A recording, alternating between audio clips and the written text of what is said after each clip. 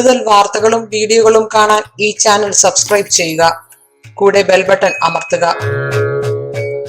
നമസ്കാരം. കൈവിഷഭയ പരിഹാരത്തിന് എന്ത് ചെയ്യണം?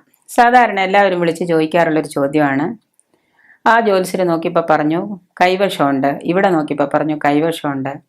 പലരും പലപ്പോഴായിട്ട് വിളിച്ചു ചോദിക്കുന്ന സ്ഥിരമായ ഒരു പ്രശ്നമാണ് കൈവിഷം. കൈവിഷം എങ്ങനെ മാറ്റാം?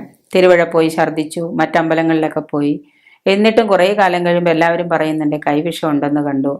എങ്ങനെയാണ് ഈ കൈവിഷം നമുക്ക് മാറ്റാൻ സാധിക്കുക? അങ്ങനെ ഉണ്ടെന്നുള്ളൊരു വിശ്വാസം പിന്നെയും മനസ്സിൽ അമ്പലത്തിൽ പോയി ഛർദ്ദിച്ചതിന് ശേഷവും അങ്ങനെയൊക്കെ ഉണ്ടെന്നൊരു വിശ്വാസം ഉണ്ടെങ്കിൽ സാധാരണ എല്ലാ ആളുകളും എല്ലായ്പ്പോഴും ഇത് പറഞ്ഞ് ഭയങ്കരമായിട്ട് ഭയപ്പെടാറുണ്ട്. കൈവിഷം പല രീതിയിലും വരാം. മറ്റുള്ളവർ നമുക്ക് ശത്രുതയ്ക്ക് വേണ്ടി തന്നതാവാം. പണ്ട് എപ്പോഴും നമുക്ക് അരുതാത്ത ഭക്ഷണം കഴിച്ചിട്ട് അത് നിന്നുണ്ടാകുന്നതാവാം. ഇങ്ങനെയെല്ലാം കൈവിഷം സംഭവിക്കാം. എങ്ങനെയാണ് കൈവിഷം നമ്മളുടെ വയറ്റിൽ വരുന്നതെന്ന് പലതരത്തിലും നമുക്ക് ഊഹാപോഹങ്ങളുണ്ട്. ഈ ഊഹാപോഹങ്ങളെയൊക്കെ നമ്മൾ മറികടന്നുകൊണ്ട് നമുക്ക് ഇപ്പം ചെയ്യാൻ പറ്റുന്ന ഒരു സംഗതി എന്താണെന്ന് വെച്ചാൽ, നീലകണ്ഠ ത്രക്ഷരി ജപിച്ച്, നീലകണ്ഠ ത്രക്ഷരി മന്ത്രം ജപിച്ചിട്ട്, നീലകണ്ഠൻ എന്ന് പറഞ്ഞാൽ ഭഗവാൻ ശിവനാണ്, ഭഗവാന്റെ മന്ത്രം ജപിച്ചിട്ട്, ത്രക്ഷരി മന്ത്രം ജപിച്ച് നെയ്യ് സേവിക്കുന്നത് നല്ലതാണ്.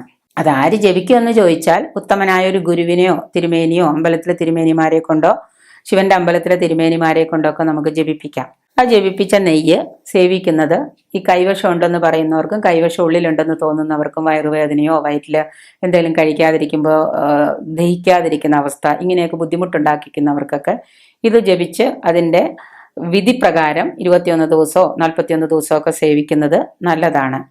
പിന്നെ കുബ്ജിക മന്ത്രം എന്ന് പറയും. ഈ കുബ്ജിക മന്ത്രം എന്ന് പറയുന്നത് സ്ഥിരം നമ്മളൊരു ഗുരുവിൽ നിന്ന് സ്വീകരിച്ച് ഈ കുബ്ജിക മന്ത്രം സ്ഥിരം ജപിക്കുന്നതും വളരെ നല്ലതാണ്. അപ്പോൾ ഈ കുബ്ജിക മന്ത്രം എന്ന് പറഞ്ഞാൽ എങ്ങനെ അത് ജപിക്കണം, അത് ഏത് തരത്തിലാണ് എന്നുള്ളതെല്ലാം നല്ലൊരു ഗുരുവിൽ നിന്ന് നമുക്ക് വേണമെങ്കിൽ ചെയ്യാം. ഈ നീലകണ്ഠ ത്രയക്ഷരി മന്ത്രം ഇതാണ്: പ്രോം നൃം ധും. അതാണ് ശരിക്കും പറഞ്ഞാൽ നീലകണ്ഠ ത്രയക്ഷരി മന്ത്രം. അത് നമ്മൾ തനിയെ ജപിച്ച് നെയ് സേവിച്ചതുകൊണ്ട് അതിൻ്റെ ഫലം കിട്ടിക്കൊള്ളുന്നില്ല.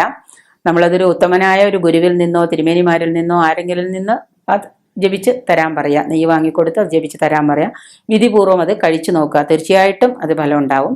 പിന്നെ ഈ കുബ്ജിക മന്ത്രം എന്താണെന്ന് ഞാൻ പറഞ്ഞു തരാം.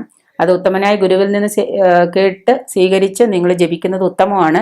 പക്ഷെ അത് ജപിച്ച് കാണാതെ തെറ്റുകൂടാതെ ജപിച്ച് നിരന്തരം ജപിക്കുന്നത് വളരെ നല്ല കാര്യമാണ്. നല്ലതായിട്ട് നമ്മുടെ കൈവശം ഉള്ളിലുണ്ടെന്ന് തോന്നുന്നവർക്ക് ഈ ജപം കൊണ്ട് അതിൻ്റെ ശക്തി കുറയും, കൈവശം ഇല്ലാതെയാവാനും സാധിക്കും.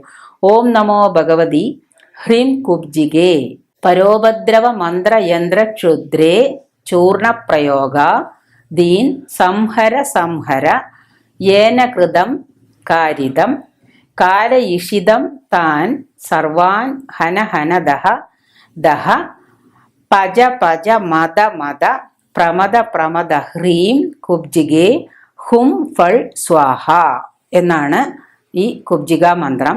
ഈ കുബ്ജിക മന്ത്രം നമ്മൾ നല്ലൊരു ആചാര്യനിൽ നിന്ന് ഗ്രഹിച്ച് ചൊല്ലി സിദ്ധി വരുത്തിയതിന് ശേഷം ഉപയോഗിച്ചാൽ, സ്ഥിരം ഇത് കാണാതെ പഠിച്ച് തെറ്റുകൂടാതെ ജപിച്ചാൽ തീർച്ചയായിട്ടും കൈവശം നമ്മുടെ ഉള്ളിലുണ്ടെന്ന് തോന്നുന്നവർക്ക് ഇതൊരു പരിഹാരമായിരിക്കും.